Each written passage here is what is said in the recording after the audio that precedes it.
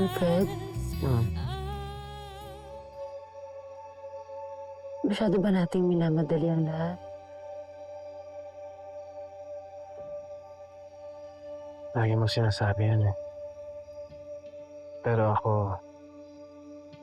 akala ko ang pwede ko na lang gawin sa buhay ko eh, mag-alaga ng anak, trabaho. Pero nung dumating ka, looking felt new.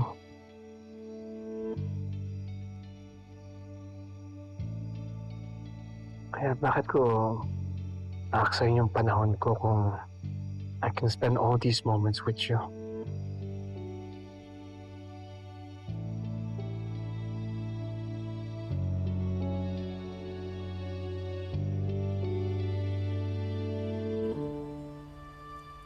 Sunny side up, just like you like it. Thanks, Dad. Eat up, eat up. Okay. I'll get one na, ha? Mm-hmm.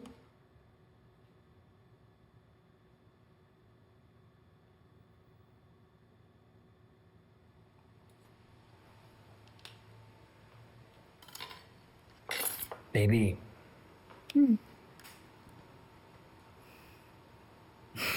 I'm seeing someone. Is it Ate Lorena? How did you know? Dad! Ano ka ba? Kahit naman hindi ako laging nakakasama sa mga business meetings nyo, I feel it! At yung magkakasama rin naman po tayo ni Ate Lorena. I can see that you're happy. And nag-enjoy din po ako, nakasama ko siya. Seryoso na po ba kayo? What do you mean? Like, serious. Seryoso na pwede ko siyang i-invite sa 16th birthday dinner ko. Well, if seryoso kapag it means a lot to me, then I guess seryoso.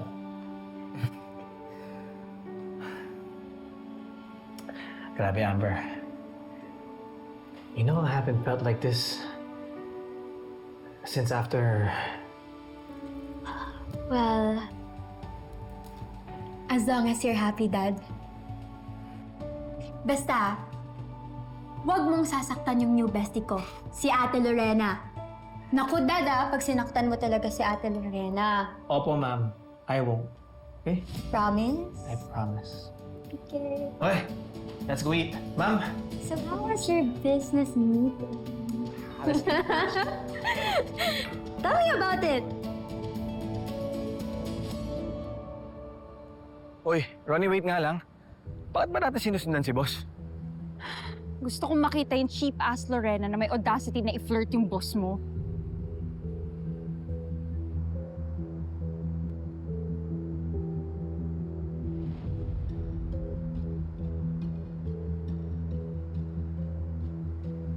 That's who. Siya siguro yung bagong GF ni boss. No way.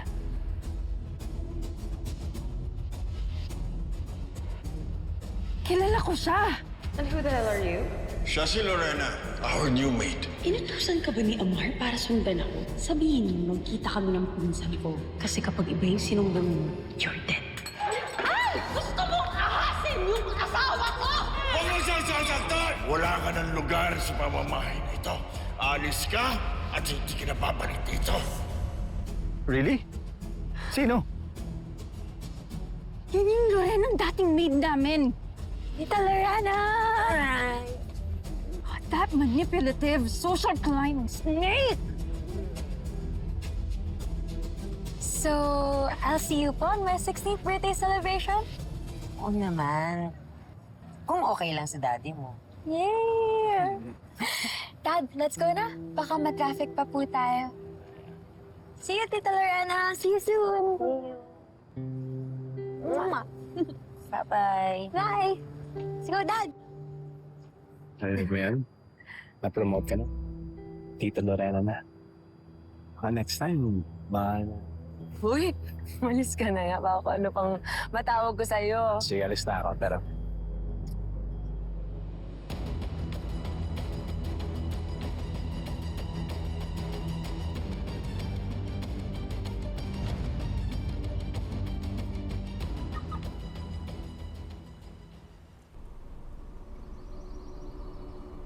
So this is where you put my money, huh? Anong ginagawa mo dito? So, kumusta naman yung mga nahuthot mo kay Amar? Alam mo, hindi ka pa talaga nakontento eh, no? Naagaw mo na nga lahat sa akin na ano pa bang gusto mong angkinin? Lalaki ko? Hindi kita maintindihan. Ano sinasabi mo? Huwag kang magpaka-inosente, Lorena. Your house help third home record. That guy you were just talking to, he's mine. Si Wilfred? Okay na ang dinner setup. Nag-confirm na rin ang mga friends mo and my business partners. And of course, si Tita Ronnie mo. And Tita Lorena. Ito na po yung second birthday ko na wala si Mom. I know, anak. Pero iba po ngayon. Ang weird ng feeling. Weird how? Kasi ngayon na lang po ako ulit naging excited sa birthday ko. Lalo na makakasama po natin si Tita Lorena. I don't know. Parang masaya naman po ako na nakilala po natin siya. Gusto ko siya for us. And for you. Pero ang bigat din. Because it feels like na nag-cheat tayo kay Mom. Amber. Hindi ko naman pong gustong palitan si Mom. Pero okay lang po ba na masaya ako na close tayo kay Tita Lorena?